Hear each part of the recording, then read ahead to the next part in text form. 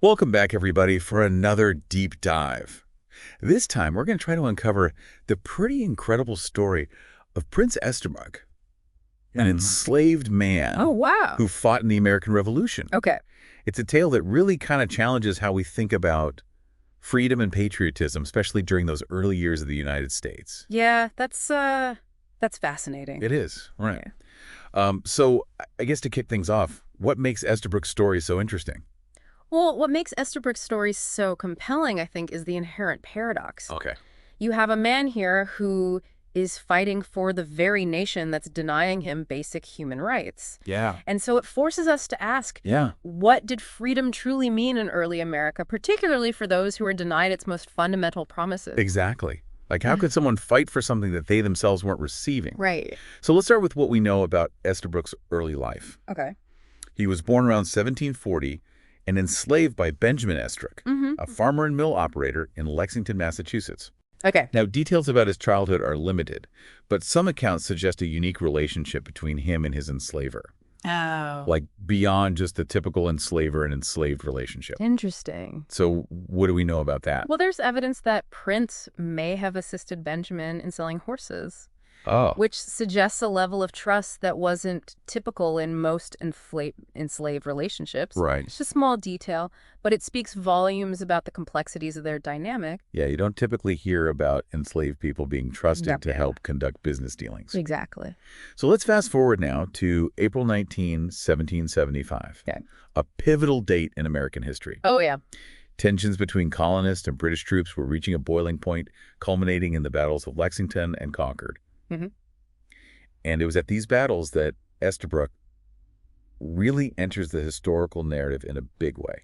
And keep in mind, at this time, Yeah. Massachusetts law actually prohibited black men from militia training. So, despite this, Estabrook answers the call to arms when this conflict erupts. Yeah, so he's not even supposed to be there. He's not supposed to be there. He's not legally allowed to train for this, but he still shows up Right. to fight alongside everyone else. It's pretty remarkable. Yeah, it really is. Yeah. And I mean, he was actually wounded in the shoulder during the fighting at Lexington, Yeah. making him one of the first casualties of the Revolutionary War. Absolutely. I mean, talk about courage under fire. It really makes you question his motivations, doesn't it?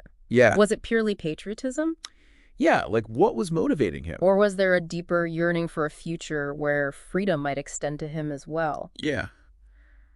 The historical record isn't totally clear on this, Yeah. but it's a question worth pondering, I think. Oh, absolutely. And his commitment to the cause didn't end there. No. After recovering from his injury, Estabrook went on to serve in various regiments and companies over several years, Wow. including Captain Parker's company, Colonel Reed's regiment, even a group raised to bolster the main Continental Army. He was busy. He was very busy. Wow. Yeah. And he even stood guard at their headquarters during the Battle of Bunker Hill. That's incredible. So now this is where it gets really interesting. Yeah. Estabrook actually gains his freedom before the war even ended. Before the war ended. Yeah, Benjamin Estabrook, his enslaver, freed him prior to the conclusion of the Revolution. Now that is interesting. Right. Yeah. So I would have assumed he gained freedom after the war Yeah. as a result of this fight for liberty. Right, right. Like, why would Benjamin free him before the war was even over? It's a detail that completely reframes, I think, how we understand Estabrook's motivation. Well, Was this act of freedom a reward for his service? yeah. Or was Benjamin influenced by this growing sentiment against slavery? Okay. We can only speculate, but it adds a layer of complexity to their relationship. So this really makes his decision to keep fighting even more fascinating, right? Yeah. Because he was already free, Yeah, he was already free. but he keeps fighting. Right. So what compelled him to keep risking his life? Yeah. That's It's a big question. the question, isn't it? It is. Yeah. Yeah. Well, it speaks to a deep sense of commitment, wouldn't you say? Yeah. Maybe he felt a sense of duty to his fellow soldiers. Or maybe he believed in the ideals of the revolution, hoping for a future where freedom was truly universal. Yeah, like everyone would have it.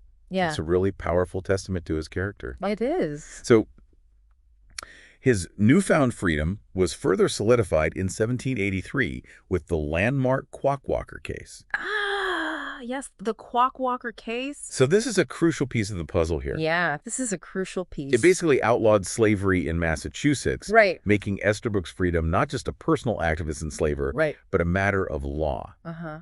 Can you elaborate a bit on the Quackwalker case for our listeners? Sure. So Quackwalker was an enslaved man who sued for his freedom, arguing that slavery contradicted the principles of the Massachusetts Constitution. Okay. And his victory in court set a precedent that ultimately led to the abolition of slavery in the state. Wow. It's a testament to the power of legal activism and its impact on social change. So it's remarkable to think that Estabrook's life was directly impacted by this case, Yeah. granting him legal recognition of the freedom he had already received from Benjamin. Right. Makes you wonder about his life after the war, Yeah. Did he experience true freedom in its fullest sense? That's a tough question. Yeah. And the answer is nuanced. Okay. Records indicate that Estabrook actually continued to live with the Estabrook family, Oh, wow. even after the war, and the Quackwalker case. Really? Yeah. The 1790 census lists him as a non-white free man residing in Benjamin's household. So even though he was legally free, Right. his life remained intertwined with the family he had been enslaved by. Yeah. What do you make of that? It speaks to the complexities, I think, of the transition from slavery to freedom. Okay. Freedom wasn't just a legal status, Right. It was, and still is, a lived experience shaped by social and economic realities. Yeah. Estabrook's continued presence in the Estabrook household suggests that he may have continued working for them, likely as a paid laborer.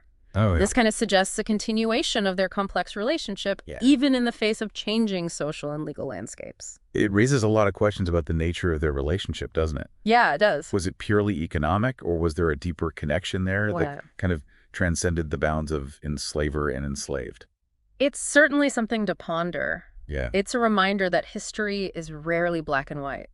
Yeah, it's complicated. These were real people grappling with complex circumstances and emotions. To kind of paint a fuller picture of his later life, we know that after Benjamin's death, Okay. Estabrook moved to Ashby and lived with Benjamin's son, Nathan. Okay. He eventually passed away in 1830 Mm-hmm. and was buried in the First Parish Unitarian Universalist Church Cemetery.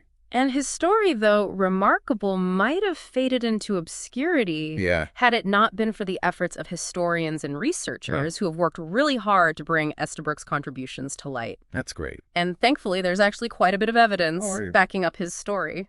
So what evidence do we have that this isn't just a legend or hearsay? Yeah. How can we be sure that this man truly existed and played a role in the revolution? Well, we have documents like Soldiers of Color on April 19th, 1775, which explicitly names Prince Estabrook as an enslaved man who fought and was wounded at Lexington. Wow. And then there's the list of casualties from that battle, where he's listed as Prince Estabrook's, a Negro man. Oh, wow.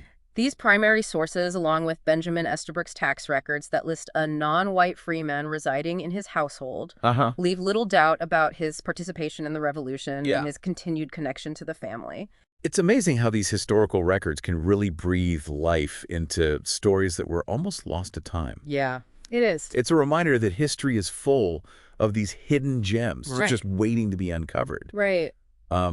But beyond these documents, Yeah. hasn't Estabrook's story also been acknowledged by various organizations and groups? Absolutely. Like, what are some examples of that? Well, he's listed on a Boston broadside among those who participated in the battles of Lexington and Concord. And the Sons of the American Revolution even played a key role in securing a headstone for his grave. Oh, wow. Back in 1930. Okay. Replacing the original one to specifically honor his military service. Wow, that's quite an honor. It is. And I understand there's even a monument dedicated to him in Lexington. There is. Where is that located and what does it say? It's erected in front of Buckman Tavern. Okay. And it serves as a permanent reminder of Estabrook's bravery and sacrifice. What does the inscription on the monument say? It reads, in honor of Prince Estabrook. Prince Estabrook was a slave who lived in Lexington. At dawn on April 19th, 1775, he was one of the Minutemen who stood his ground against the British regulars. Chills. Yeah. It really underscores the magnitude of his actions. Yes. Standing up against an empire. Yeah. While also fighting for a nation that didn't even acknowledge his full humanity. Yeah, how about that? And how does it go on? Wounded in the battle, he served in the Continental Army for more than 3 years. Okay. Estabrook fought for liberty and the ideals of a new nation, though he himself was denied the very freedoms he helped secure. His story inspires us to recognize and honor the contributions of African Americans to the fight for independence. That is truly a powerful tribute to a man who, for far too long, was overlooked by history. It is. It really speaks to the need to kind of reassess our understanding of the past. Yeah. And to acknowledge the contributions of all those who fought for the ideals we hold dear, Right. regardless of their race, background, or social standing. Estabrook's story embodies all of these struggles. It does. He fought for a nation that wouldn't fully embrace him, Right. and yet his story is now woven into the very fabric of American history. It is. It makes you wonder, what did freedom truly mean to him? That's the question that continues to resonate, isn't it? Yeah. Was it simply the absence of chains? Or was it something more profound? Something that encompassed dignity, respect, Yeah. and the full recognition of one's humanity. Precisely. Yeah. And it's a question that extends far beyond Estabrook's individual story. Right. It's a question that we as a society are still grappling with today. You know, as we've been delving into his incredible journey, Yeah. I can't help but think about the legacy he left behind. What can we as individuals learn from Prince Estabrook's story? Well, I think his story serves as a potent reminder that even in the face of injustice and oppression, Yeah. the human spirit can persevere. He chose to fight for a future he might never fully experience. A future where freedom and equality were not just lofty ideals, Right. but tangible realities. It's a story that challenges us to confront our own biases and assumptions about history, It does. to look beyond the dominant narratives and to seek out the untold stories of those who have been marginalized and forgotten. Estabrook's story is a testament to the power of resilience, courage, Yeah. and unwavering hope. It is. It's a story that reminds us that the fight for freedom is an ongoing process, a process that requires constant vigilance, empathy, and a commitment to creating a more just and equitable world for all.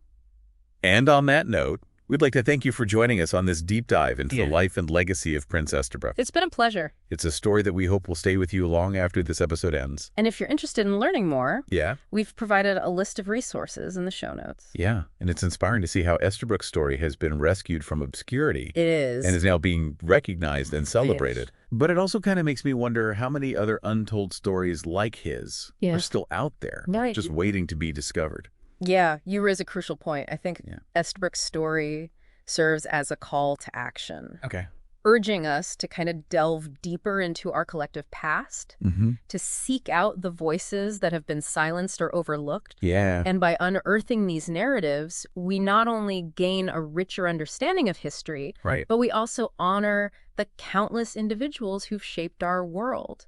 It reminds us that history is not just a collection of dates and battles, It's not. but a tapestry Yeah. woven with the experiences of real people, Yeah. each with their own hopes, struggles, and triumphs. Exactly. And by acknowledging those experiences, Yeah. we gain a deeper appreciation, I think, for the complexities of the past Mhm. and the enduring legacy it leaves on the present.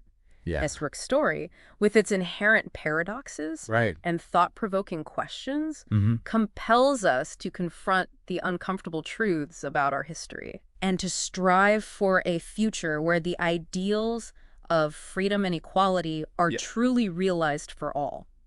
So as we conclude this deep dive, I want to encourage all of our listeners out there to continue exploring Estabrook's story and the countless others that are waiting to be brought to light. There's so many. These stories have the power to challenge our assumptions, They do. inspire us to action, and help us create a more just and equitable world. Absolutely. And remember, history is an ongoing conversation. It is. By engaging with the past, we can better understand the present and shape a more inclusive and informed future. Well, thank you for joining us on this journey of discovery. Yeah, thanks for having me. And we'll see you next time for another deep dive.